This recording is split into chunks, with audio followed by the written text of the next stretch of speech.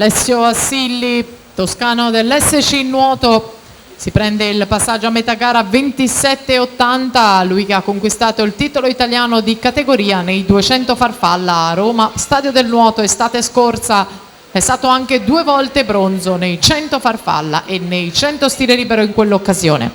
Per la terza batteria Nicola Zenarolla, Montemelluna, Veneto Banca in 1, Nicola Vigolo, Piave in 2, Edoardo Brugnera, Idros in 3, Lorenzo Francescut, San Vito in 4, in 5 Andrea Testolin, Leo Sport,